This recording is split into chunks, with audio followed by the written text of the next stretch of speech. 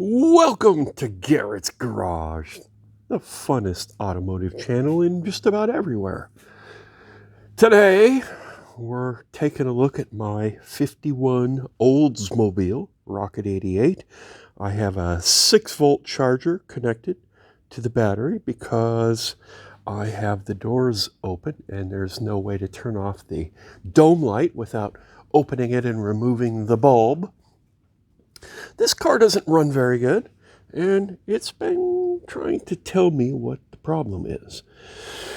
The first things I'm going to suspect are what's been done to it recently. Okay, you can see here new plug wires, new spark plugs, new coil, new distributor cap, stickers on it showing the firing order. Okay. We also know this car got a new gas tank and it got an electric fuel pump installed. So the first things I'm going to probably do here, I'm going to make sure that my fuel pump that they've installed is actually a 6-volt fuel pump, because this is a 6-volt car. Maybe someone put a 12-volt fuel pump in and it's just not getting enough because of that. I don't know. It's worth looking and verifying. Then I'm going to suspect this whole tune-up ignition system deal here. I'm going to pull this oil bath air cleaner, make sure that's set up correctly. Have a look-see, make sure the carburetor looks like it's been freshly overhauled, but then I'm really suspecting this whole ignition system. I'm going to pull all the spark plugs and make sure that they're gapped correctly.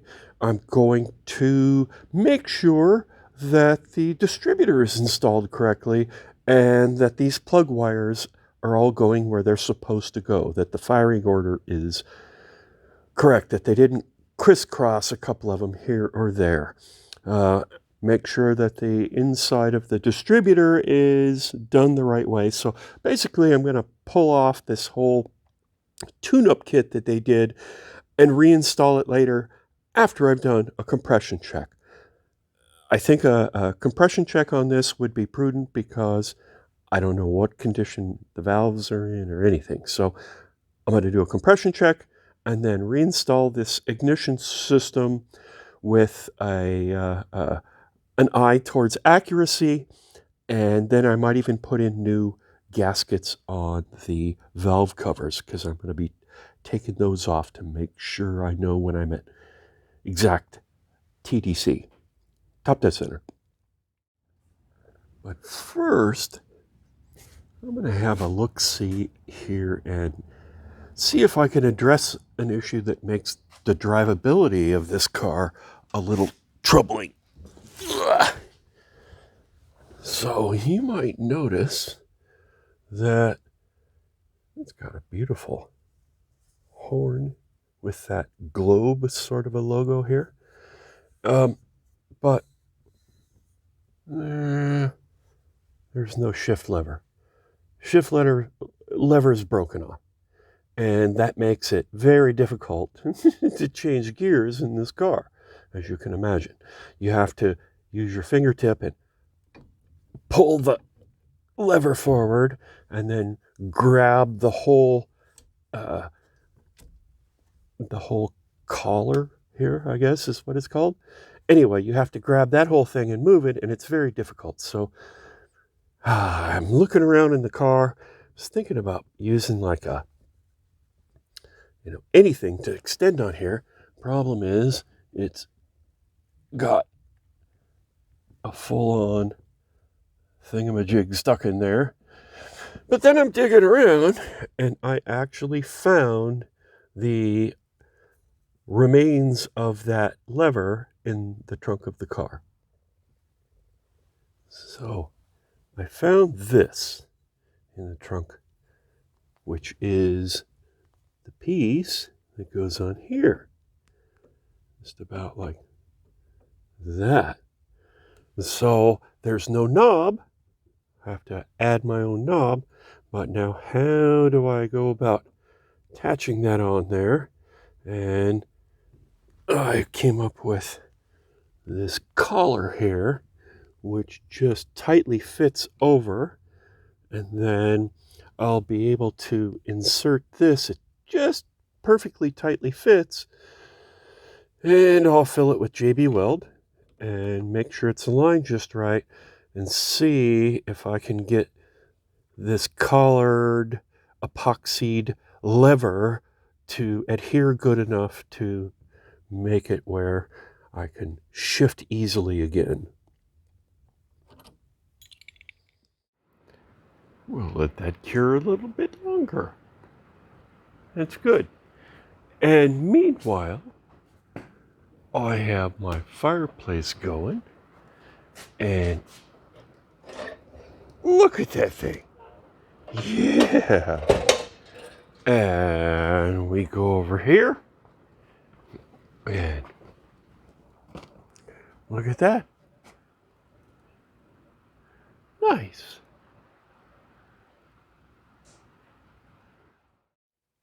Well, there we have it. Shifter's all fixed. I didn't have the knob, so I put a little cap nut on the end, but it does work. It's not the prettiest thing in the world, but you know what? It works, and that makes me happy. So now I do have this clock, and I don't think I'm going to be able to get it to run, and I also, of course, have this radio. So I'm going to install those so then I can hopefully get down under here and repair some of this ductwork that's been pulled out. The radio is enormous, so I'm sure you have to pull this ductwork out in order to stick it in and out. So, but I want to get that kind of cleaned up and fixed. And look at this. I discovered that there's an ashtray here on this end. And I still have to replace the interior of this glove box, which I have over there. But first, let's get back to the engine. I pulled the spark plugs, and they all look pretty good. They're all new, of course, except for one here. The one from number 3, it just looks a little oily compared to the rest. So I decided to bust out my endoscope, and I got this really cheap on Amazon, and have a look-see inside and see what's happening. So the first thing I did is I verified where all the plug wires were going before I pulled them. And on the top of this engine, cast right into the intake manifold, is the firing order. And then cast right into the top of the intake manifold is which cylinder number is which, so you don't have to look it up. So you can see right here where it says 4 and 2, so that's telling us that that's cylinder 2, that's cylinder 4, and then if we look right over here, we can see where it gives the firing order cast right in. So I copy all that good stuff down, and I keep track of my spark plugs as they come out and I inspect them. And number 3, we have some oil. So let's take the endoscope into number 3 and have a look. All right, what we have here is the endoscope. It's a long cable with a tiny little camera with a light at the very end. That's looking back at us. Hello. So I'm going to be able to put that into the cylinder and see, and then when I want to, I can change it to where it will be looking at this side camera. There's a little light and a side camera that we can switch to there. So we're going to use this to take a look in oily cylinder number 3.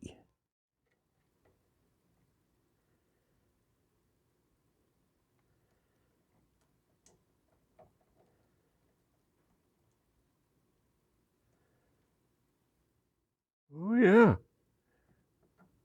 definitely a little oily. I mean, I don't really know what I'm talking about, but The cylinder wall doesn't look bad. The oil all over the top of the piston looks terrible. So that is very bad.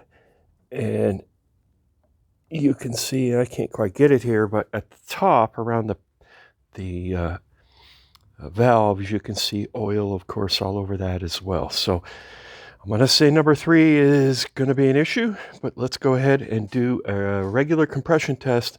And then what I'll do is I'll check compression in all 8 cylinders, and any of them that are remarkably low, I will insert some oil into the cylinder and retake the compression test. And if my compression goes up appreciably, then it will indicate a ring problem in that cylinder. And if it doesn't really change it much, that will indicate a valve seat issue or a valve issue in that cylinder.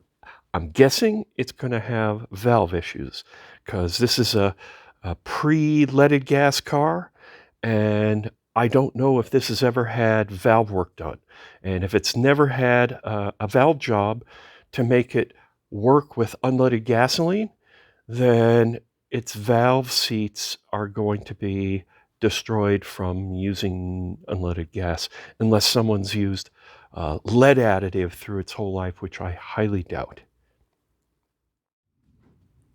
Here we have our first layer of results, and they're not nearly as bad as I thought they were going to be.